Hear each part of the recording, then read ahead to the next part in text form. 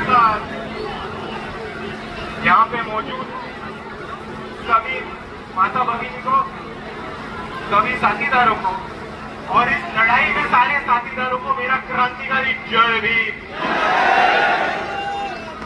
भाइयों, साथीदारों, मैं आप सभी का शुक्रगुजार हूं। मैं आप करना चाहता हूं कि आप ऐसे ऐतिहासिक मोर्चे में शामिल हुए कि भारत के इतिहास में ये पहला मोर्चा है जिसने कभी किसी ने हिम्मत की है आरएसएस के ऑफिस में मोर्चा लेके जाने की, और ये हिम्मत करने वाले सिर्फ और सिर्फ आप लोग हैं। और इसीलिए मेरे को भाइयों, हम सबको समझना होगा कि हम आज यहाँ पे मौजूद क्यों हुए और इसके पीछे घटना क्या है। कुछ दिनों पहले आरएसएस के कुछ कार्यकर्ता थे जिन्होंने एक एजुकेशनल इंस्टीट्यूट के सामने, एक कॉलेज के सामने रजिस्ट्रेशन डेस्क लगा के विद्यार्थियों का रजिस्ट्रेशन करना शुरू किया था। उनके पास कोई परमिशन नहीं थी। वंचित बहुजन आघाड़ी के कार्यकर्ता वहां पे गए और उन्होंने पूछा, आपके पास परमिशन है क्या ये रजिस्ट्रेशन करने की? और जब उनको पता चला कि आरएसएस के कार्यकर्ताओं के पास कौन सी भी रजिस्ट्रेशन की परमिशन नहीं है, तब उन्होंने कहा कि आप ये इलीगल एक्टिविटी कर रहे हो, आप कॉलेज में एक इलीगल एक्टिविटी कर रहे हो और आप यहाँ से चले जाओ। और वंचित बहुजन आघाड़ी के कार्यकर्ताओं ने आरएसएस के कार्यकर्ताओं से वहां से उठा के भगा दिया। पर भाइयों, यहाँ ये सिलसिला खत्म नहीं हुआ। वंचित बहुजन आघाड़ी के जो कार्यकर्ता थे राहुल मकासरे, यहाँ के आरएसएस के मनुवादी लोगों ने भाजपा के सरकार के लोगों को पकड़ के, पुलिस प्रशासन को पकड़ के राहुल मकासरे पे नॉन बेलेबल ऑफेंस दर्ज किया गया है।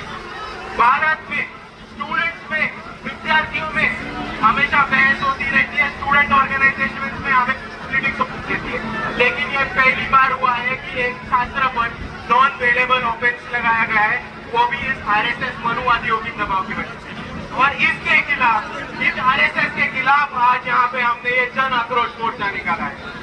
पर भाइयों, इसमें मजे की बात आप सबको ये समझनी होगी कि आरएसएस वहां पे रजिस्ट्रेशन कर रहा है। आरएसएस ने एक रजिस्ट्रेशन का डेस्क लगाया था। जिस ऑर्गेनाइजेशन का खुद का रजिस्ट्रेशन का पता नहीं है, वो किस मुंह से रजिस्ट्रेशन मांग रहा है, यही मेरे को समझ में नहीं आया सबसे पहले। और दूसरी तरफ आरएसएस से चार मांगे हैं। आरएसएस से हमारे कुछ अहम सवाल है कि अगर आप छात्रों का रजिस्ट्रेशन ले रहे हो, अगर आप का रजिस्ट्रेशन ले रहे हो, तो हम ये डिमांड करते हैं, हम ये मांग करते हैं कि आप इस देश में भारत सरकार से रजिस्टर्ड हो या नहीं, ये हम सबको खुलेआम बता दो। और अगर आप रजिस्टर्ड हो तो कौन से एक्ट के मुताबिक रजिस्टर्ड हो, कौन से सेक्शन के मुताबिक रजिस्टर्ड हो, ये भी हमको बता दो। और अगर आप रजिस्टर्ड हो तो उसका डॉक्यूमेंटेशन या सर्टिफिकेट भी हमको दिखा दो कि आप भारत देश के संविधान के हिसाब से भारत देश में रजिस्टर्ड है। हमारा दूसरा अहम सवाल है कि आरएसएस की दशहरा पूजा में जो हथियार पाए जाते हैं, जो ऑटोमेटिक वेपन्स पाए जाते हैं, तो सिर्फ भारत के आर्मी और मिलिट्री के पास होते हैं। ये वेपन्स आते कहां से? आपके पास इन वेपन्स की परमिशन है, और अगर इनके पास वेपन्स की परमिशन नहीं है तो मैं पुलिस से यही कहूंगा कि जल्द से जल्द इन पे कार्रवाई करें और इन पे तहकीकात करें। और हमारा तीसरा मुद्दा है कि आरएसएस संगठन बनाता है, चंदा इकट्ठा करता है, वर्गणी इकट्ठा करता है, तो हम इनसे ये पूछना चाहते हैं कि आप कौन से जोर पर, कौन से बलबूते पर चंदा इकट्ठा करते हो, नेटवर्क बनाते हो? अगर आप चंदा इकट्ठा करते हो तो उसका डिमांड और उसकी लिस्ट गवर्नमेंट को देते हो क्या? अगर आप इनकम टैक्स भरते हो क्या? अगर आप चंदा इकट्ठा करते हो तो इनकम टैक्स भरते हो क्या? और यही हमारी 4 डिमांड है, और यही 4 डिमांड से हम ये कहना चाहते हैं कि आरएसएस ये खुद को संविधान के सामने सरेंडर कर दे, ऑर्गेनाइजेशन है के संविधान से चलाए। भाइयों, आपको मुद्दा समझना होगा। अगर कोई संगठन रजिस्टर्ड ना, अगर कोई संगठन चंदा इकट्ठा करके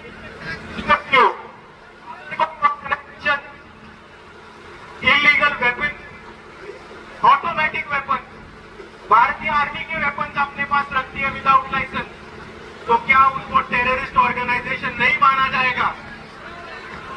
जरूर माना जाएगा। और इसीलिए हम यहाँ कहने आए हैं कि हम संविधानवादी हैं, और भारत के कानून से चलने वाले लोग हैं और हमारी यही मांग है कि आरएसएस भी भारत के संविधान से और भारत के कानून से चले और आगे चलता रहे। और इसीलिए मैं आप सभी से इतना ही कहना चाहता हूं कि आप सभी को आज तक दिख चुका होगा कि यह भारत के इतिहास में आरएसएस के कार्यालय में निकला हुआ पहला मोर्चा है और वो किसी ने निकाला है तो वो सिर्फ और सिर्फ वंचित बहुजन आघाड़ी के कार्यकर्ताओं ने और सिर्फ किसी ने निकाला है तो बाला साहब अम्बेडकर के सिपाहियों ने और सिर्फ किसी ने निकाला है तो वो बाबा साहब अम्बेडकर के भीम सैनिकों ने। और इसीलिए मैं कह रहा हूं कि हमको बहुत लोग आगे नाम रखते हैं, बी टीम बोलते हैं, अलग अलग चीजें बोलते हैं, लेकिन ये आप सबका काम है, ये आप सबकी जिम्मेदारी है कि हर आदमी तक पहुंचना, हर आखिरी आदमी तक पहुंचना और उनको पूछना कि वंचित बहुजन आघाड़ी ने आरएसएस के कार्यालय पे मोर्चा निकाला है, तेरे में है हिम्मत, है ताकत? अगर दम है तो शामिल होकर दिखाओ। और इसीलिए मैं बोलता हूं कि आज भारत में जो पहला मोर्चा निकाला है कौन सी पार्टी ने निकाला है? देखो हमारे स्टेज पे कौन है, देखो हमारे स्टेज पे दलित है, आदिवासी है, भटके विमुक्त है, बहुजन है, मुसलमान है, तृतीयपंथी समाज के लोग हैं और ये वंचित बहुजन आघाड़ी की ताकत है। हमारे पास एक खासदार नहीं है, हमारे पास एक आमदार नहीं है, हम सत्ता में नहीं है, लेकिन संविधान बचाने के लिए हम इन सबसे घंटा फर्क नहीं पड़ता।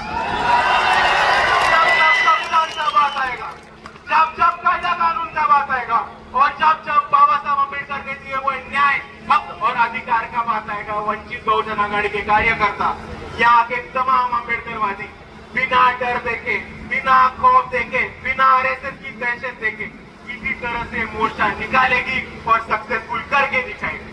और जाते जाते मैं इसीलिए यही एक चीज बोलना चाहता हूँ कि आगे के समय में, आगे के आने वाले वक्त में अगर आरएसएस से कोई लड़ सकता है, अगर कोई आरएसएस को छाती पे लड़ सकता है और अगर कोई आरएसएस को हरा सकता है तो वो सिर्फ और सिर्फ भारत देश के अम्बेडकरवादी और किसी में होता है।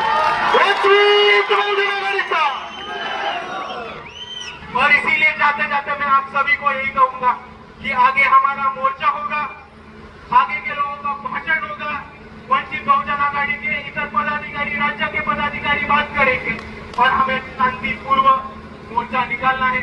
हम कायदा संविधान मानने वाले लोग हैं, हम कहीं पे भी कायदा और संविधान तोड़ेंगे नहीं, लेकिन हम आरएसएस को झुका के कायदा और संविधान मानने को जरूर लगाएंगे। और इसीलिए जाते जाते मैं इतना ही बोलता हूं, आरएसएस मुर्दाबाद।